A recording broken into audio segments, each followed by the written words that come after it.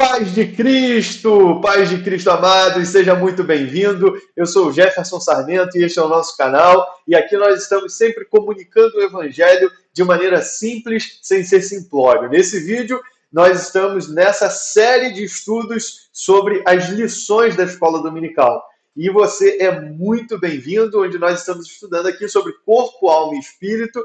E eu convido você a se inscrever no canal, a deixar o seu like aqui nesse vídeo, compartilhar esse vídeo também com outras pessoas, para que outras pessoas também sejam abençoadas pela palavra de Deus.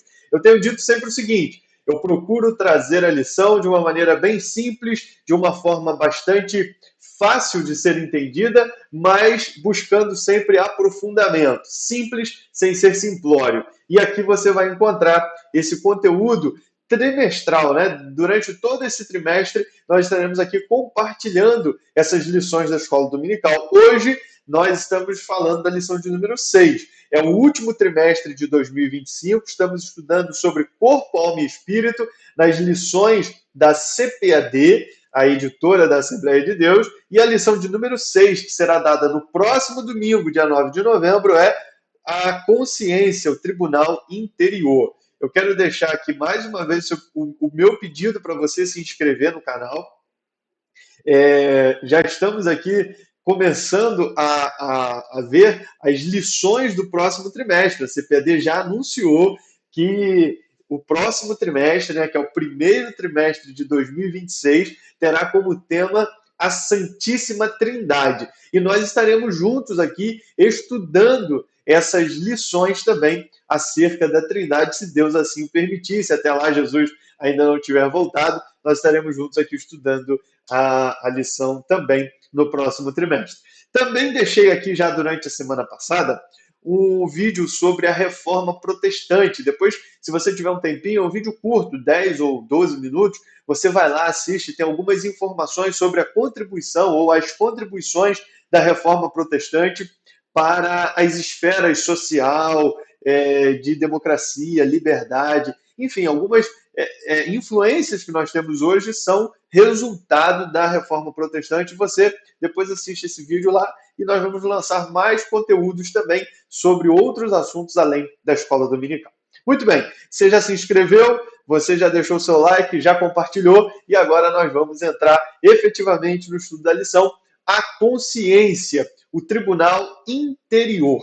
Essa é uma lição interessantíssima e eu quero trazer aqui, antes, né, logo no início, um texto bíblico que eu achei interessante a gente incrementar nessa lição, que é João, capítulo 8. Você conhece, nesse texto tem uma frase que a gente, né, conhece muito bem, que diz que quem não tem pecado, que atire a primeira pedra.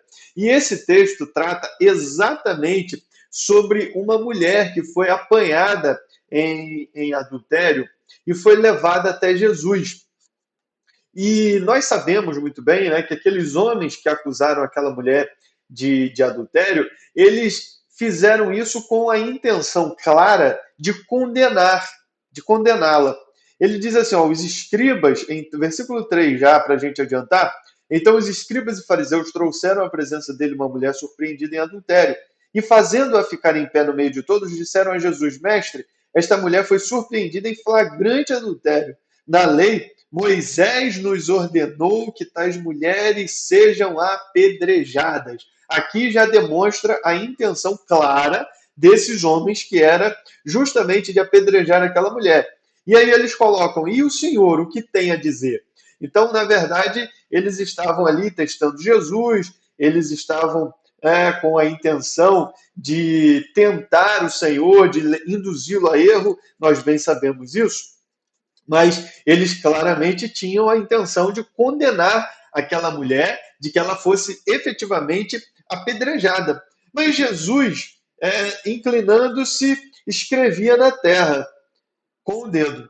Como eles insistiam, como eles insistiam na pergunta, Jesus se levantou e lhes disse: quem de vocês estiver sem pecado, seja o primeiro a atirar uma pedra nela. e, inclinando-se novamente, continuou a escrever no chão. O que Jesus está fazendo aqui?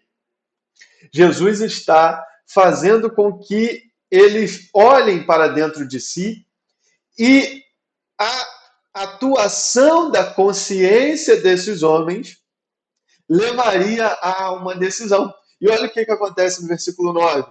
Mas eles, ouvindo essa resposta, foram saindo um por um, a começar pelos mais velhos até os últimos, ficando só Jesus e a mulher em pé diante dele.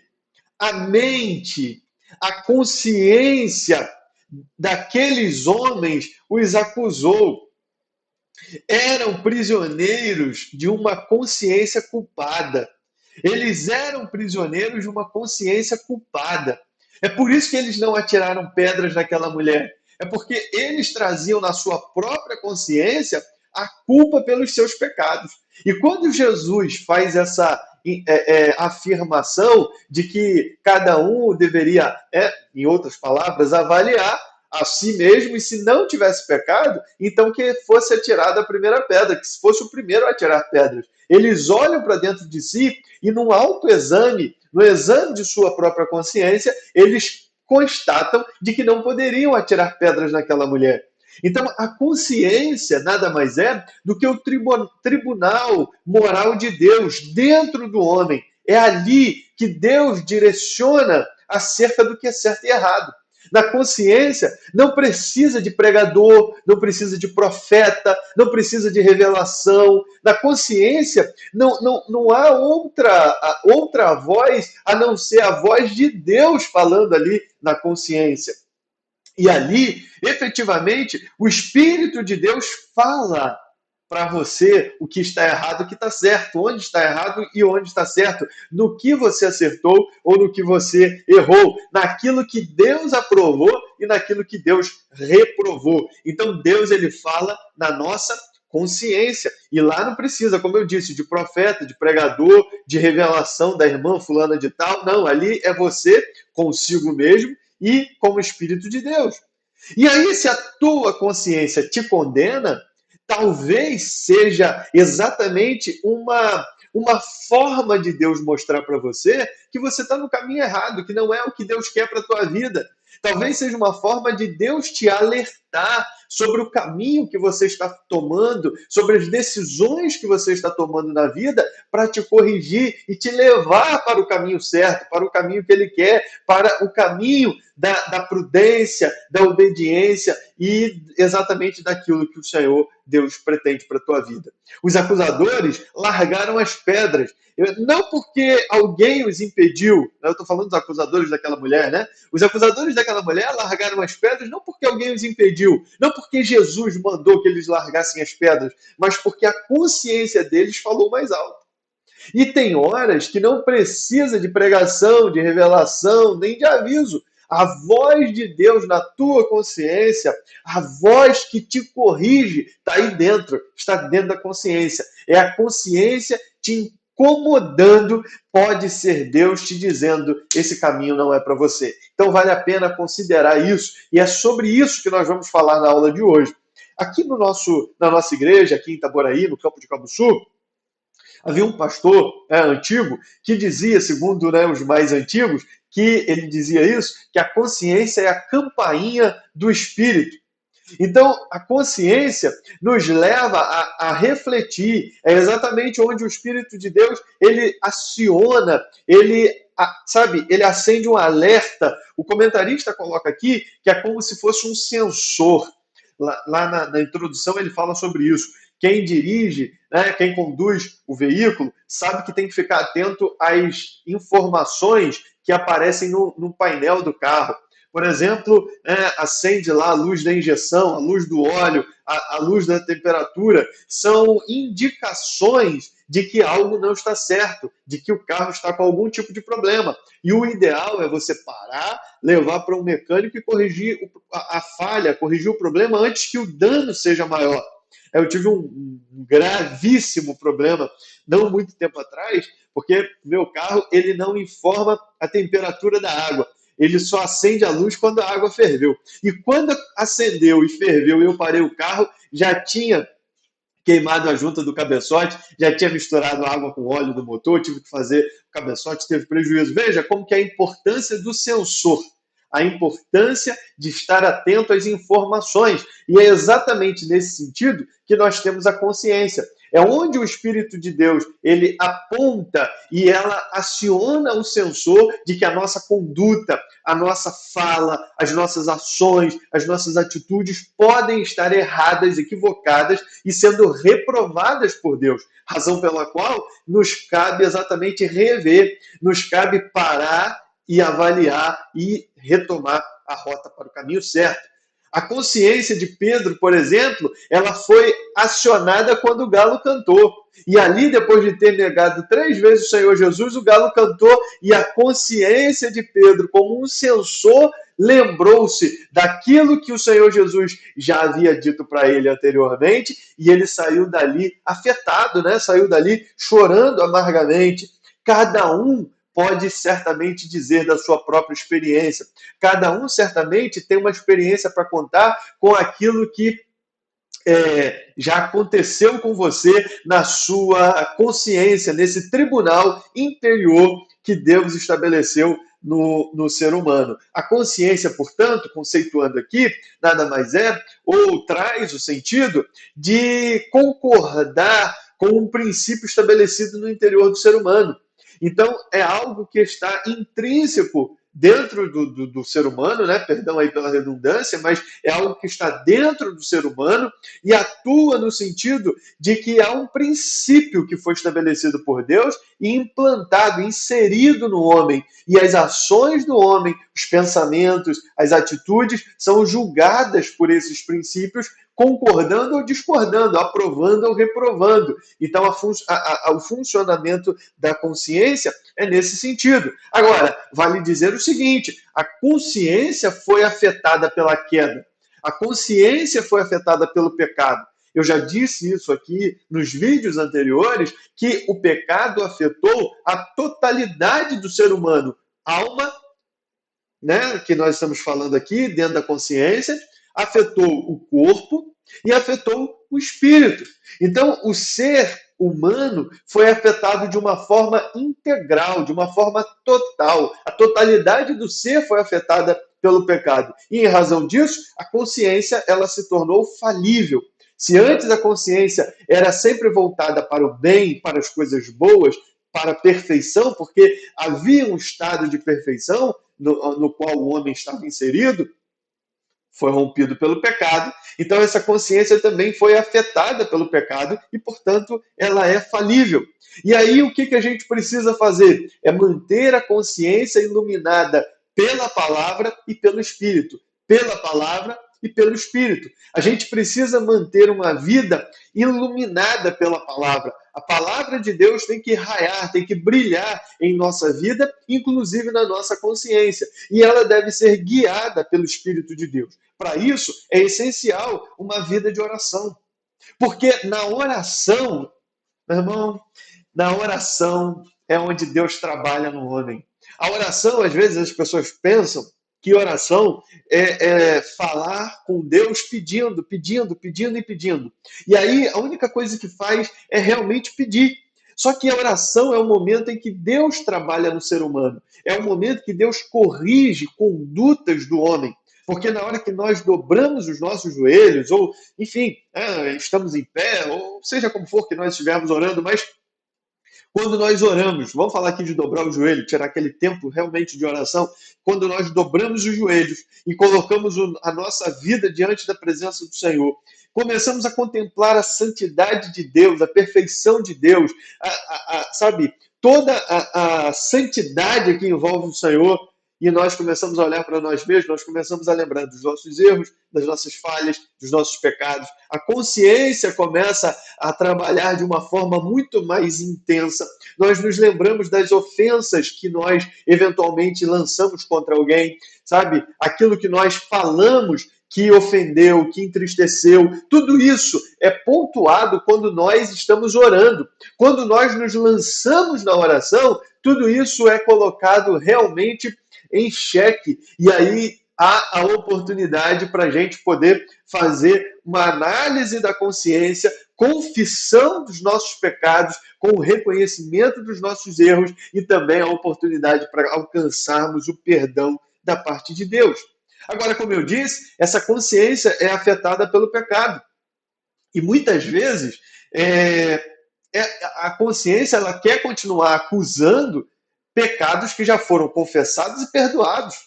Você peca, né, porque infelizmente nós ainda estamos nessa natureza carnal, e nós temos, por exemplo, João, falando aqui em 1 João, capítulo 1, versículo 8. Se dissermos, vamos falar no versículo 7, e aí olhamos para o 8, 9 e 10, e depois João 2, 1. 1 João, tá? Primeira carta de João.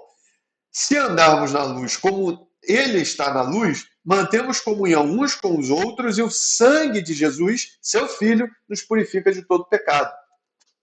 Então, primeiro ponto, andar na luz, andar em comunhão com o Senhor. Com isso, nós temos o perdão para os nossos pecados. Se dissermos que não temos pecado nenhum, a nós mesmos enganamos, e a verdade não está em nós. Aí olha o versículo 9. Se confessarmos os nossos pecados, ele é fiel e justo para nos perdoar os pecados e nos purificar de toda injustiça. Se dissermos que não cometemos pecado, fazemos dele um mentiroso e a sua palavra não está em nós. Então, nós temos aqui a confissão e, como resultado da confissão dos pecados que nós fazemos a Deus, nós temos o perdão para os nossos pecados. Então, aqui, nós temos exatamente que, uma vez que tendo alguém cometido algum pecado, confessa esses pecados ao Senhor, alcança misericórdia, alcança o perdão da parte de Deus.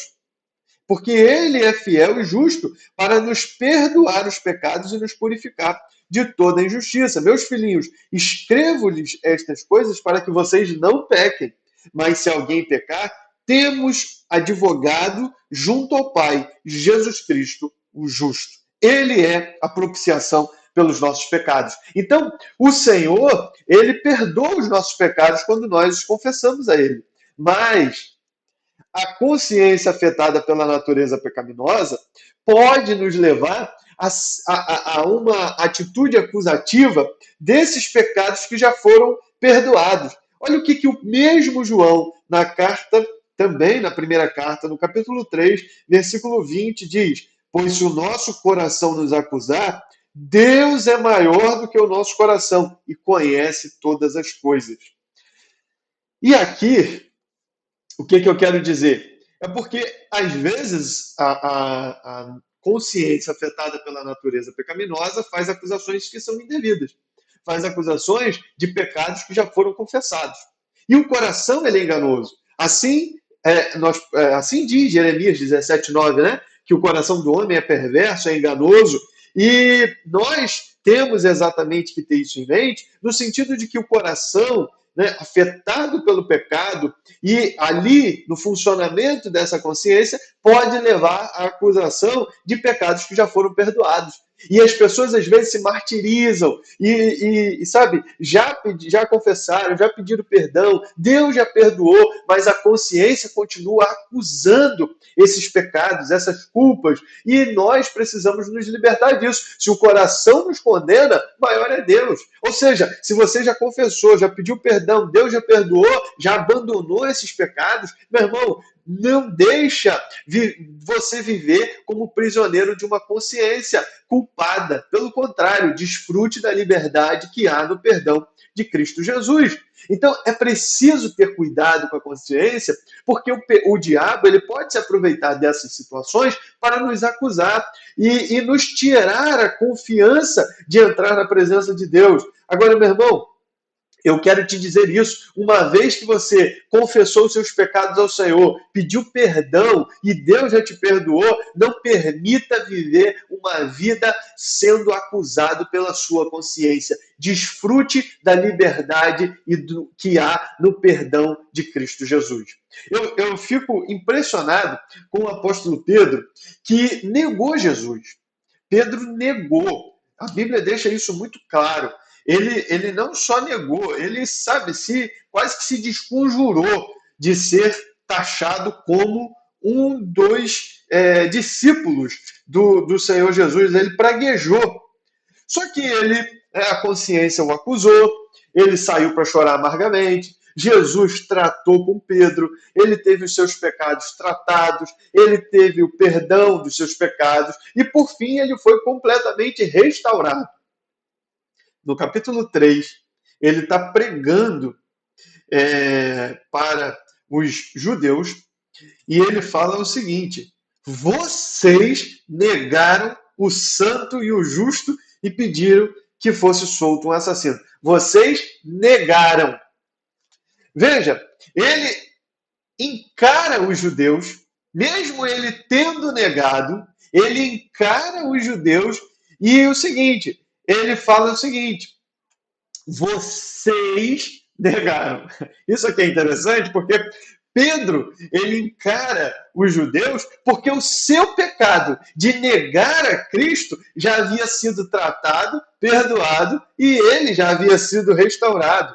Então nós não devemos ser levianos com o pecado, mas nós também não devemos ser mais severos do que Deus é. Deus já havia perdoado, portanto, já havia se esquecido do pecado de Pedro. E Pedro, uma vez tratado e restaurado, pôde confrontar os judeus que cometeram o mesmo erro que ele, que cometeram o mesmo pecado que ele. E por que ele foi capaz de confrontar os judeus, de encarar os judeus e apontar que eles erraram, tal como ele já havia errado? Porque ele foi tratado pelo Senhor. A sua consciência já foi tratada por Deus.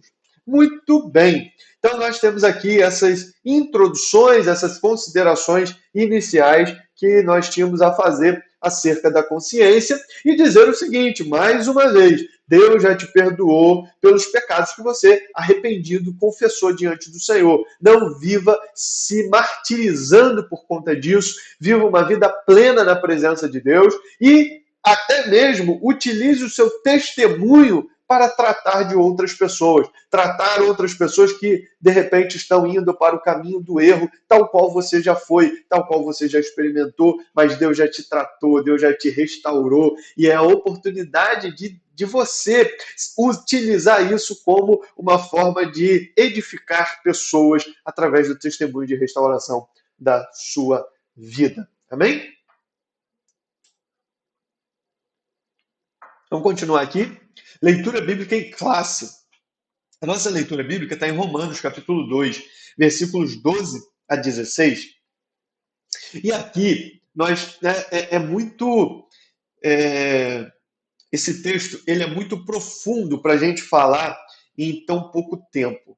Eu fiz aqui algumas anotações que nós poderíamos trazer dentro da nossa lição da escola dominical, só que são muitas informações que nós poderíamos apontar. Uma vez que esse texto de Romanos, capítulo 2, versículos 12 a 16, ele está inserido num contexto maior.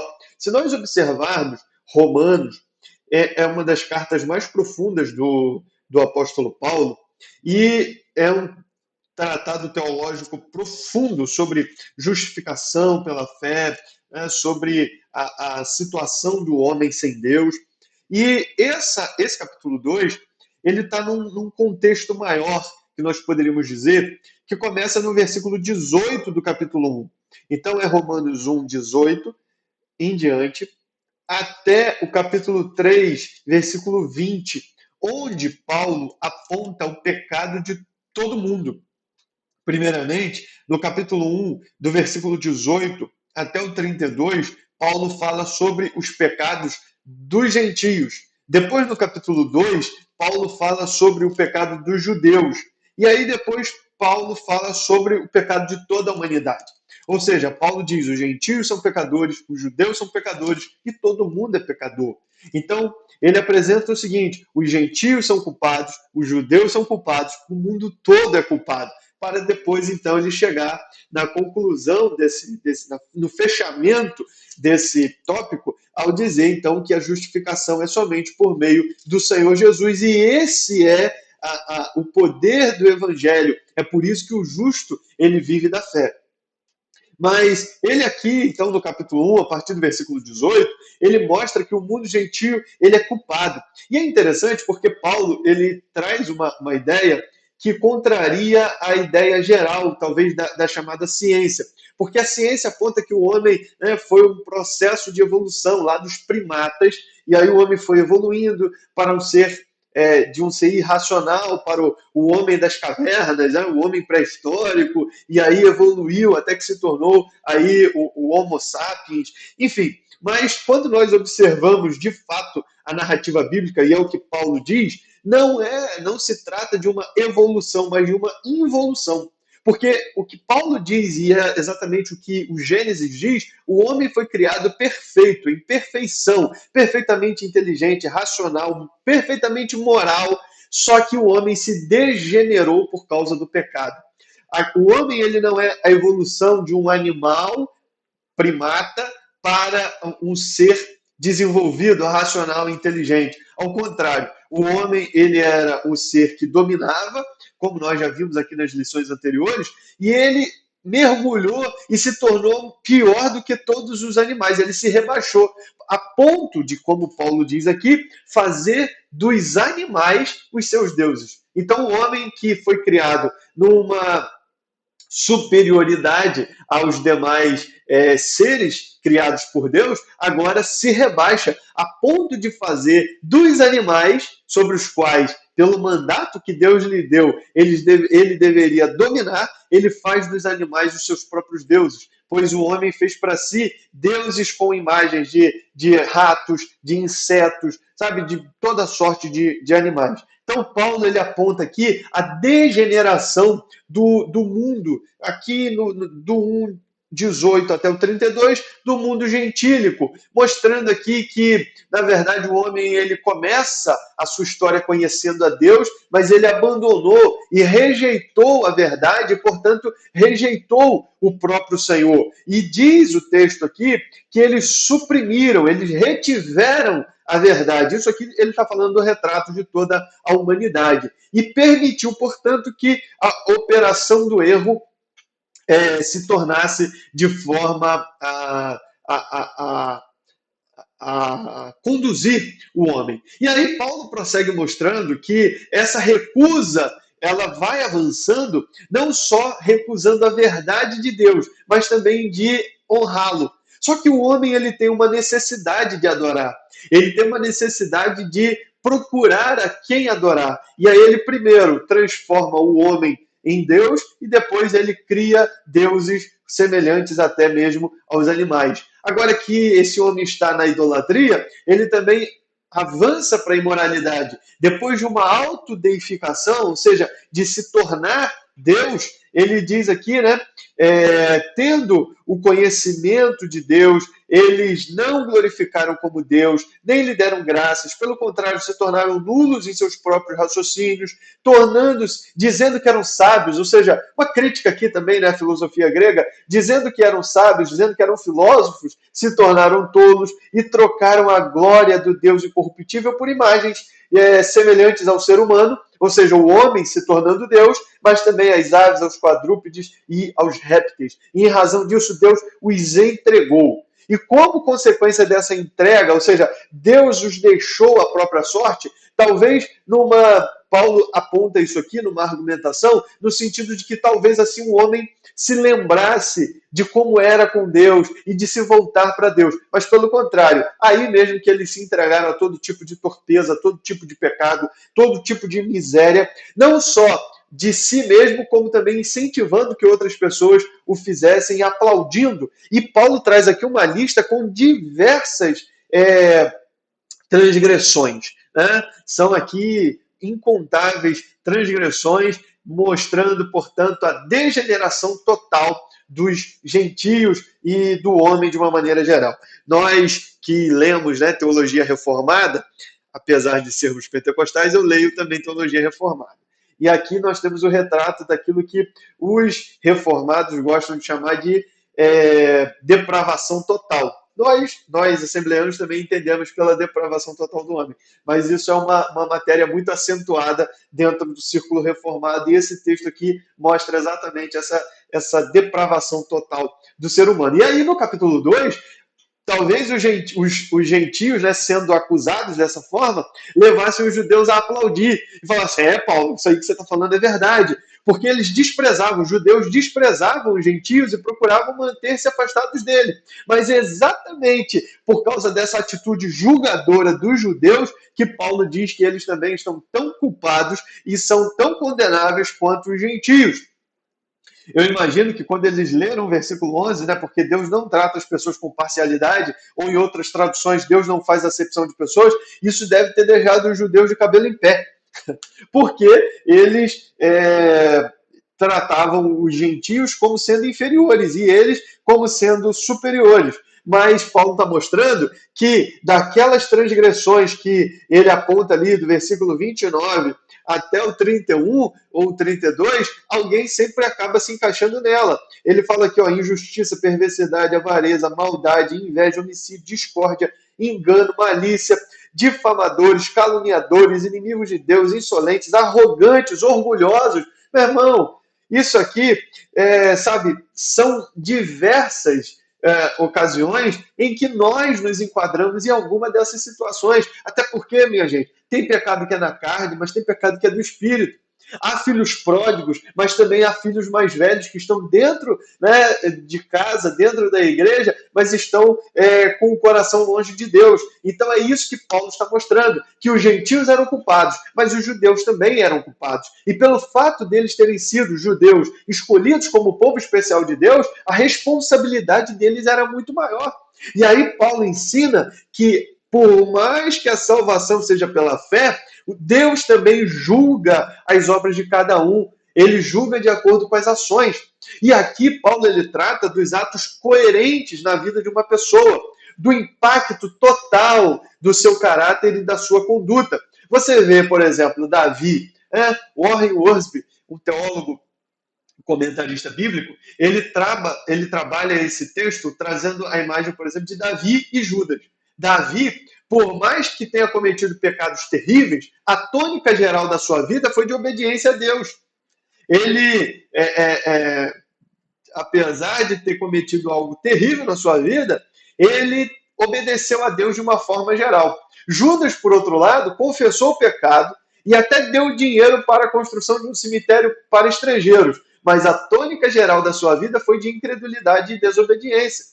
Então aqui, o que Paulo está nos chamando a atenção? De que a verdadeira fé salvadora nos leva, resulta em obediência, em uma vida de santidade, uma vida piedosa, apesar de termos fracassos ocasionais, apesar de eventualmente cometermos erros. E aí entra aquilo que nós lemos lá em 1 João. Se alguém pecar, nós temos um advogado. Filhinhos, não pequeis, mas se pecar, nós temos um advogado.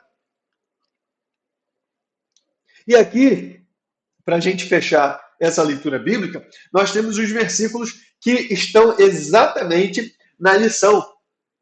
É onde Paulo está dizendo o seguinte: a lei judaica, a lei mosaica que Deus deu aos judeus, tornava a culpa de Israel muito maior. Porque Deus não deu a lei para os gentios, Deus deu a lei para os judeus. Então os judeus serão julgados pela lei. Aqueles que conhecem a Bíblia serão julgados pela Bíblia. Agora, aqueles que não conhecem, é o que Paulo está dizendo aqui, serão julgados também. Mas não de acordo com a lei mosaica. Eles serão julgados de acordo com a lei que está escrita no coração. O que ele está dizendo aqui? É que, por mais que os gentios não tenham recebido a lei de Deus, a lei mosaica, como os judeus receberam, eles tinham uma lei escrita nos corações. Gente, não importa onde a gente vai, mas a gente sempre se encontra com pessoas que têm uma percepção de certo e errado, que são dotadas de um juízo interior. E é a isso que a Bíblia chama de consciência. Em todas as culturas encontramos o senso de pecado, o medo das consequências do julgamento e também uma tentativa de expiar esses erros e essas transgressões e apaziguar os deuses que são temidos. Então, existem distorções dessa consciência? Sim. Por quê? Porque ela foi afetada pelo pecado. E aí o homem ainda tem aquela frase satânica, sereis como deuses, exatamente direcionando essa consciência corrompida pelo pecado. Mas o senso de pecado, o senso de certo e errado, o medo do julgamento, a tentativa de expiar os pecados, a tentativa de apaziguar os deuses, isso está presente em todas as culturas, em todas as religiões, em todos os tempos, em todas as geografias. Essa lei gravada no coração é o senso de certo e errado. São os princípios éticos e morais. São universais, que falam na consciência do homem, julgando as ações pessoais. Os judeus, e isso está até aqui na nossa lição, eles se vangloriavam, eles, sabe, se orgulhavam, mas eles tinham uma religião exterior, uma religião ritual, de rituais exteriores, e não de atitudes interiores. Mantinham uma aparência virtuosa, mas eles não cuidavam do coração. É por isso que Jesus, lá no Sermão do Monte e nos demais ensinamentos, aponta que, na verdade, o problema está no coração do homem. Tem um texto que Jesus diz, eu não anotei aqui, mas ele diz assim, se eu não me engano é Mateus 15, ele diz assim, o que contamina não é o que entra pela boca, porque isso depois vai ser eliminado, né? Por meio do sistema digestivo, termina na eliminação, mas é aquilo que sai, porque o que sai revela o que está dentro. É por isso que Jesus diz o seguinte, a lei dizia o seguinte, se alguém cometer adultério, será condenado. Mas eu digo para vocês que se vocês olharem para uma mulher com intenção impura, vocês já estão cometendo adultério. Então Jesus ele está mostrando para nós que Deus julga, ou Paulo está mostrando para nós, assim, de acordo com os ensinos de Jesus, que Deus julga de acordo com os segredos do coração. E Deus não se impressiona com formalidades exteriores. Não vou prosseguir aqui na análise do conteúdo bíblico, do texto bíblico, mas Romanos ele é um texto muito profundo e vale a pena você fazer esse estudo e observar que, na verdade, todos são culpados. É a conclusão a que Paulo chega e, portanto, todos são pecadores e, portanto, todos estão destituídos da glória de Deus, necessitando de justificação, de perdão dos pecados. E Paulo diz, então, que Deus, que é justo e justificador, cumpriu essa justificação por meio do Senhor Jesus Cristo. Muito bem. Vamos aqui ao nosso comentário. Eu já falei aqui várias coisas, né, que tem a ver com o comentário da lição. Então, nós vamos avançar agora, antes e depois da queda, o tópico 1. Então, a primeira coisa que nós devemos observar aqui, eu já falei do sensor, mas observar que a consciência, ela precisa de uma régua de moralidade. Na verdade, a consciência ela é originária da Imago Dei. Nós já falamos sobre a imagem de Deus nas lições anteriores. E a consciência nada mais é, esse senso de certo e errado, nada mais é do que algo estabelecido por Deus dentro do homem, em razão dele ter impresso no homem a imagem de Deus. Então, o homem tem essa consciência exatamente, por mais que tenha sido corrompida pelo pecado, mas exatamente pelo fato do homem ter sido criado à imagem de Deus e trazer em si essa imagem, esses princípios morais estabelecidos pelo Senhor. E isso requer que a consciência tenha uma régua, um padrão. Como que nós temos um conceito de certo e errado? Como é que nós temos um conceito de moralidade? Como que nós podemos avaliar que algo é certo ou que algo é errado, que algo é moralmente aceitável ou algo que é moralmente inaceitável, se nós tivermos um parâmetro? E quem é esse parâmetro? O relativismo diz que o parâmetro sou eu, que o parâmetro é você, que o parâmetro é cada um na sua própria pessoalidade, na sua própria individualidade. Mas isso é o relativismo. E ele quer tirar tudo que seja absoluto. Então nós precisamos de uma régua absoluta. E essa régua absoluta só pode ser o próprio Deus. Ele é o nosso padrão, ele é o parâmetro, ele é a régua de moralidade que está estabelecida. E é nessa régua, é por essa régua que a consciência avalia se está certo ou se está errado. Então, Deus, ele é de fato o parâmetro da nossa consciência.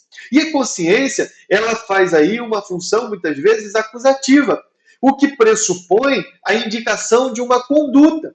Antes de nós sermos acusados, é preciso ter o conhecimento de que aquilo é verdade. Veja, por exemplo, Adão e Eva, lá no jardim. A consciência acionou no momento em que eles violaram uma regra que havia sido estabelecida. Deus havia permitido que eles comessem de tudo, exceto daquela árvore específica. Quando eles comeram, a consciência os acusou. Por quê? Porque eles já tinham um prévio conhecimento de que aquela conduta era vedada. Pedro, da mesma forma, ele foi avisado anteriormente: você vai me negar, Pedro. Não, eu não vou te negar, eu vou até para a cruz com o Senhor. Quando a consciência dele acionou o sensor, depois que o galo cantou, ele lembrou exatamente das palavras que Jesus havia dito. Portanto, pressupõe uma indicação de uma conduta, de um conhecimento prévio, de uma conduta vedada. Também exige agir deliberadamente confiando em si mesmo. E, na verdade, essa aqui, normalmente, é a razão de todas as quedas. Nós agimos confiando em nossas próprias forças. Eu vou ser forte o suficiente para resistir. Eu vou ser forte o suficiente para não cair. Por isso que Paulo diz: aquele que cuida estar de pé, olhe para que não caia. Porque se nós confiarmos na nossa própria capacidade, nas nossas próprias forças, nós vamos cair. Foi assim com Pedro. Pedro não confiou no poder de Deus. Pedro confiou em si mesmo. Eu nunca vou te negar. Eu vou até para a cruz com o Senhor. E aí, no final das contas, o que aconteceu? Negou o Senhor. A acusação da consciência ocorre logo após a prática do pecado, ou logo após uma ação antiética.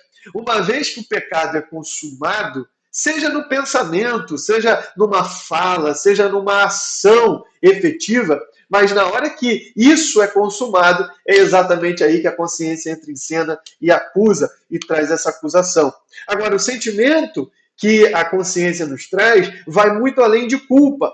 Traz consciência, traz consequências no espírito, na alma e no corpo. Pedro, por exemplo, saiu chorando amargamente. Ele teve uma série de atitudes, inclusive de fugir. Ele logo saiu da presença do Senhor. Lucas diz que Jesus olhou para Pedro. Você imagina o olhar penetrante de Jesus, por mais amoroso que tenha sido, mas o olhar penetrante de Jesus para Pedro, e Pedro, na hora, a consciência dele deve ter acusado e falado assim: eu te avisei. Jesus te avisou, Pedro. Porque a consciência, ela fala exatamente trazendo essa acusação. Agora, diante dessas consequências, depois que a consciência nos acusa, é que tem uma característica interessante, porque existem dois caminhos diante desse sentimento. É o que fazer depois. A consciência acusou, mas o que fazer depois? Porque se a gente olhar bem para a história bíblica, Caim e Pedro. Caim, ele foi acusado pela sua própria consciência. A consciência de Caim acusou, na hora. Na hora, se a gente olhar o texto bíblico, a gente observa muito bem que a consciência de Caim o acusou. Tanto que ele reconhece o próprio erro. Só que isso não o levou ao arrependimento. Deus ele já havia alertado a ele, olha aí o aviso prévio, né? Deus já havia alertado a ele. Por que você anda irritado? E por que essa cara fechada? Se fizer o que é certo, não é verdade que você será aceito? Mas se não fizer o que é certo, eis que o pecado está à porta à sua espera. O desejo dele será contra você, mas é necessário que você o domine. Caim disse a Abel, seu irmão: vamos ao campo. Estando eles no campo, Caim se levantou contra Abel, o seu irmão, e o matou. E o Senhor disse a Caim: onde está Abel, seu irmão? Ele respondeu: não sei, por acaso sou eu o guardador do meu irmão? Aqui a consciência dele já está apitando, já está todos os sensores aqui já estão gritando. Só que ele cala a voz da consciência. Ele silencia a voz da consciência. E ele não cede ao reconhecimento do erro. Ele não cede ao arrependimento. Pelo contrário, ele reconhece que errou, mas ele não se arrepende. Ele é acusado pela consciência, ele é confrontado por Deus, mas ele cala a voz da consciência e ele foge, por fim, da presença do Senhor. Ele diz: meu castigo é tão grande que não poderei suportá-lo.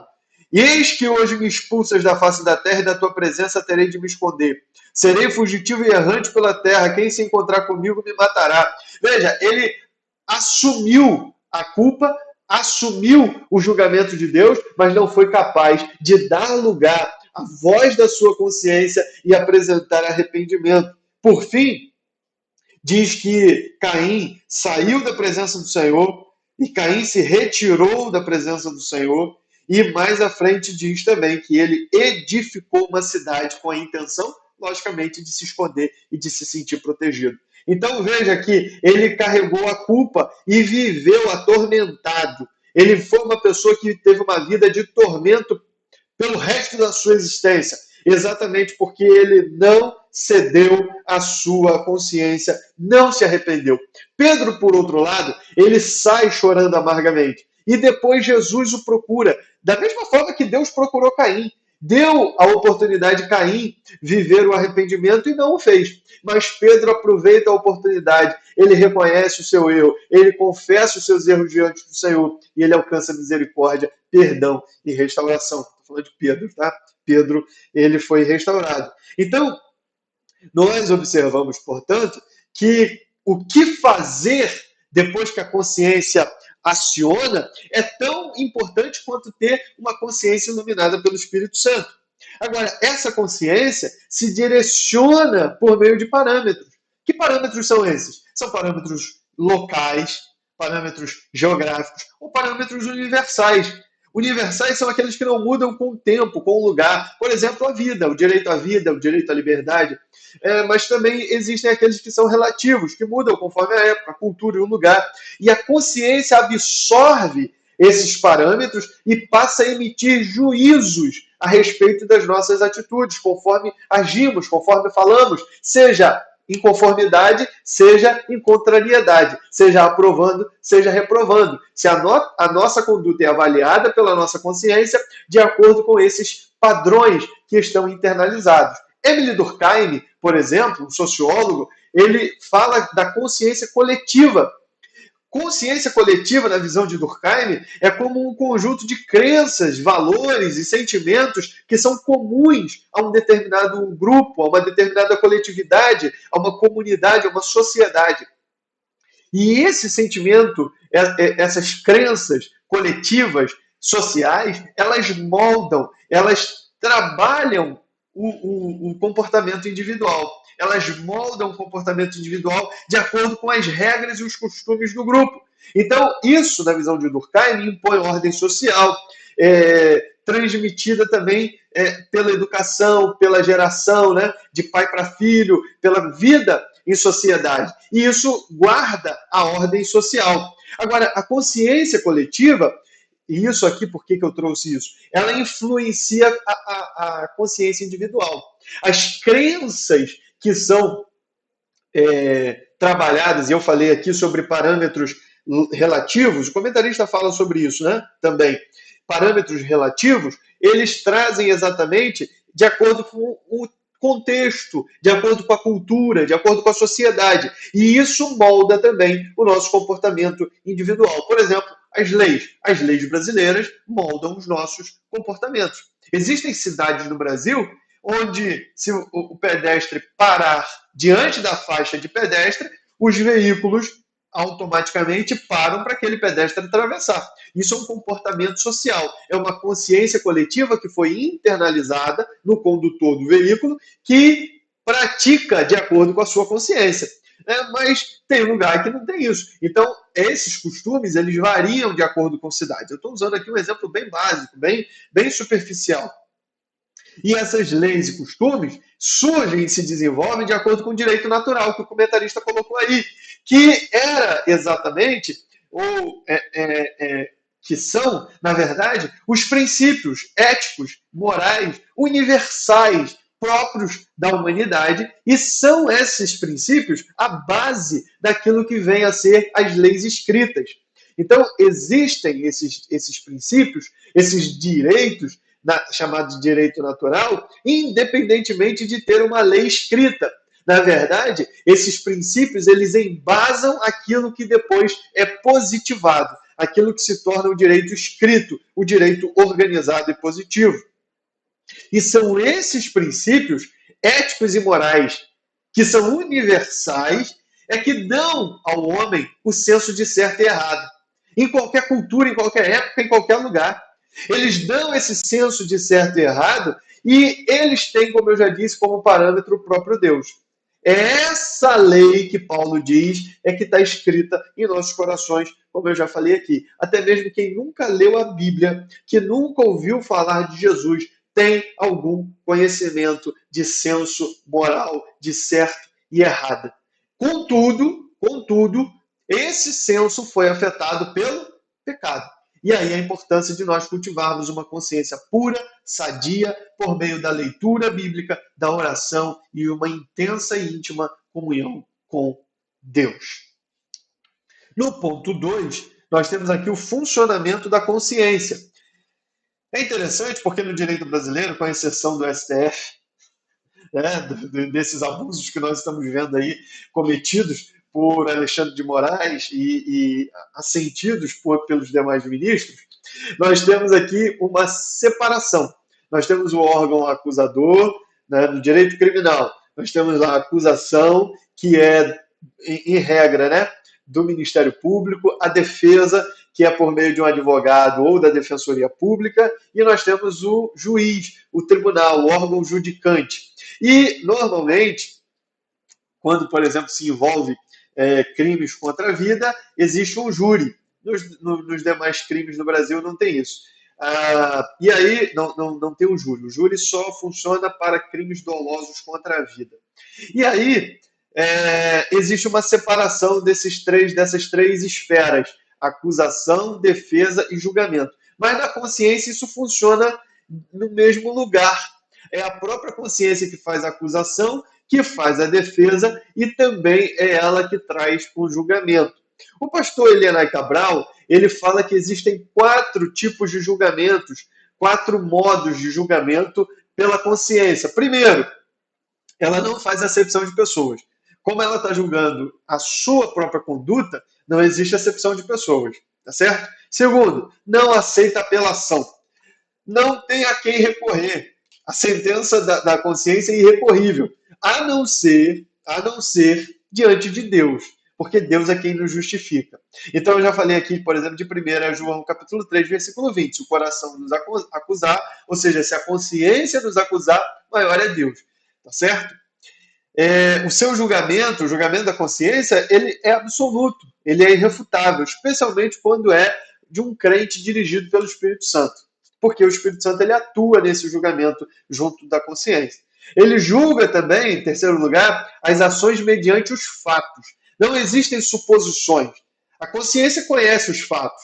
A consciência conhece cada um dos detalhes dos fatos envolvidos naquela atitude, naquela fala, naquela ação. E, portanto, não existe como ocultar prova. Todas as provas estão ali diante da consciência. E não existe espaço para suposição. Ela conhece os fatos e lida com os fatos. Portanto, ela julga mediante os fatos. E a consciência age individualmente, ou seja, ela julga os atos da própria pessoa e não das outras. A consciência julga a minha consciência julga os meus atos. A sua consciência julga os seus atos. Agora, essa consciência, ela acusa e gera um sentimento que abate o nosso ânimo. Abate o nosso ânimo, rouba a nossa paz, traz uma sensação de que alguma coisa não saiu como deveria, atormenta a nossa mente, fica martelando, sabe? A consciência martela, fica atormentando a nossa mente. E isso ocorre como uma noção do certo e errado, que agita a nossa alma. E aí, eu já disse, o ponto é o que fazer depois disso. Que essa acusação nos leve ao arrependimento, à confissão, ao perdão e à restauração. E não a uma vida de fugir da presença de Deus. Que a acusação da consciência nos leve a reconhecer os nossos erros com arrependimento, pedir perdão ao Senhor e desfrutar do perdão pleno que Deus traz ao nosso coração. Em Gênesis capítulo 3, Adão e Eva tiveram a acusação da consciência.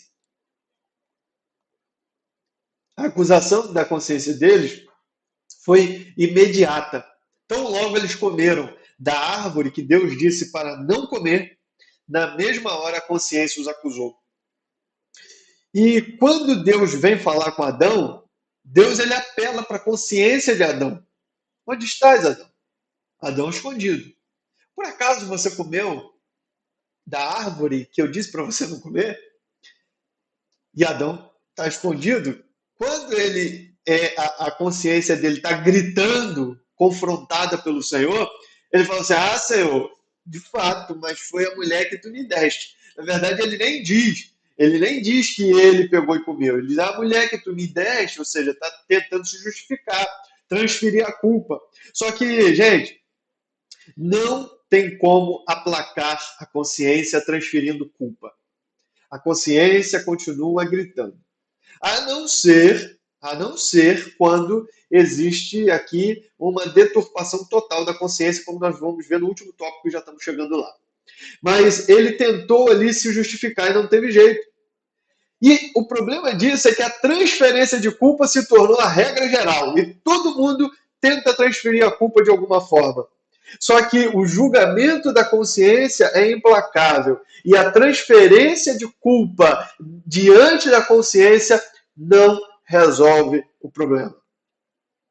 Quando a gente fala de acusação, defesa e julgamento, e eu já falei aqui do tribunal do júri, no tribunal do júri, então, é um teatro. Né? Tem a apresentação das provas da defesa, da acusação, depois a apresentação das provas da defesa, ouvem-se as testemunhas da defesa, as testemunhas da acusação, ouve-se o réu, por fim, vão-se aos debates. A acusação apresenta as suas alegações, a defesa apresenta as suas alegações, e por fim, sai então o júri, se reúne e traz o julgamento, e o juiz aplica a pena de acordo com o julgamento do júri.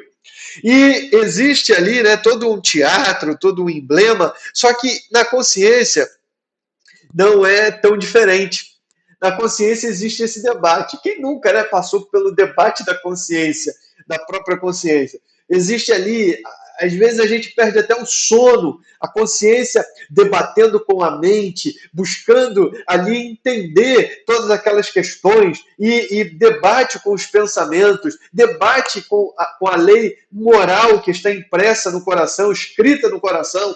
A gente que tem conhecimento bíblico, a consciência debate com o texto bíblico e busca trazer ali um julgamento. E muitas vezes a gente perde o sono, deita e não consegue dormir, dorme mal e às vezes até somatiza os problemas no próprio corpo em razão de uma consciência inquieta. Davi fala também sobre isso. E o Espírito Santo, ele participa desse julgamento, muitas vezes apontando, nos levando a corrigir as nossas condutas, nos levando ao arrependimento quando há erro. Mas também o Espírito participa quando nós estamos com uma atitude que é aprovada e que ele traz paz diante de uma consciência pura. Então, esse debate no tribunal, ele existe dentro da consciência e ele analisa. E quando a gente tem uma consciência pura, seja porque a gente se arrependeu, pediu perdão e foi restaurado, seja porque realmente a gente não cometeu o delito pelo qual a consciência nos está acusando, a gente descansa com a paz que Deus nos dá. Então é por isso que nós precisamos de ter essa consciência direcionada pela palavra de Deus. Eu fecho aqui a lição falando sobre o último tópico. A consciência é falível. A consciência, eu já disse aqui, foi afetada pela queda. E costuma, às vezes, ocorrer confusão de juízos e confusão de sentimentos. por conta dessa queda, os sentimentos, a percepção, a razão, todo o nosso ser, inclusive a consciência, foi afetada pelo pecado. E isso nos leva a ter também esses defeitos na consciência, que podem ser agravados e podem ser tratados. Por exemplo, o comentarista traz aí a consciência cauterizada, a consciência fraca e a consciência contaminada ou corrompida. São três problemas muito graves da consciência. A consciência cauterizada é uma consciência, perdão, a consciência cauterizada é uma consciência insensível ao pecado. A pessoa peca e já não sente mais nada. E isso pode acontecer mediante uma persistência na atitude de desobediência e na persistência na atitude de não ouvir a voz da consciência. Então a consciência acusa e ela é calada. Ela é persistentemente resistida. Não se dá ouvido à voz da consciência e se permanece na desobediência. Isso vai cauterizando a consciência de tal forma que ela se torna insensível ao pecado. E aquilo ali, por mais que continue sendo pecado, já não é mais sentido pela consciência, já não é mais acusado. A consciência fraca ela é legalista, ela é imatura, ela é hipersensível, é uma consciência vulnerável, é uma consciência fraca. Ela é típica do cristão que se escandaliza e abandona a fé. É típica de quem vive preocupado com questões externas, com questões exteriores e valoriza muito o que é externo, mas não valoriza o que é eterno e interno, o que é interior. E aí vira um crente que vive olhando a vida dos outros, cuidando da vida de todo mundo e normalmente não cuida da própria. E também nós temos a consciência contaminada, que é afetada pelo vírus externo, pelo vírus do pecado. E aqui, a solução que nós temos para a gente encerrar aqui a lição é que todo desequilíbrio é perigoso. O extremismo não é o nosso ambiente, pelo contrário, o extremismo é o ambiente das seitas, das heresias, e é aqui que nós precisamos ter uma correta formação da nossa consciência de acordo com o estudo da palavra de Deus e da iluminação do Espírito Santo. Ler, meditar, memorizar a palavra de Deus é importantíssimo para que a gente possa ter uma consciência bem trabalhada. A consciência, contudo, ela pode falhar, como eu já falei aqui, eu encerro. Mas Deus está acima da consciência humana, porque a consciência pode nos absolver, mas, contudo, né, no entanto, entretanto, todavia, a gente deixa com Deus. Paulo fala sobre isso, 1 Coríntios capítulo 4, versículo 4. Ele diz assim, porque a consciência não me acusa de nada, mas nem por isso me dou por justificado, pois quem me julga é o Senhor. Então, ele está dizendo, eu não tenho acusação na minha consciência. Contudo, eu deixo com Deus. Minha consciência não me acusa, mas eu deixo com o Senhor. E a consciência pode acusar, mas eu também deixo com Deus. É o que diz lá em 1 João 3,20, pois se o nosso coração nos acusar, Deus é maior do que o nosso coração e conhece todas as coisas. Então, essa é o fechamento aí da nossa lição. E dizer o seguinte, nós precisamos ter atenção e cuidado com a nossa vida e com os pecados aí. Isso é só a frase final da lição que diz assim, ó, pecados do espírito, como soberba e orgulho, que são os que mais se escondem, porque o diabo ele nem acusa ninguém de soberbo e orgulho, porque se ele acusar, vai levar a pessoa ao arrependimento. Então ele deixa a pessoa continuar cultivando a soberba e o orgulho dentro do seu coração. Fechando, conclusão, devemos manter nossa consciência sempre pura, renovada e iluminada. E isso se dá por meio da Bíblia, do estudo da Bíblia e da direção do Espírito Santo. Que Deus abençoe a sua vida, que você tenha uma lição muito abençoada no próximo domingo. Deixa eu te pedir mais uma vez, se inscreva aí no canal, deixa o seu like também e compartilhe esse conteúdo com outros professores de escola dominical, com outros superintendentes, com outros alunos, para que também possamos alcançar mais pessoas com a lição e a palavra de Deus. Que Deus abençoe você, a sua casa, a sua família. Muito obrigado por você estar aqui juntamente comigo nesse vídeo. Deus abençoe, um grande abraço.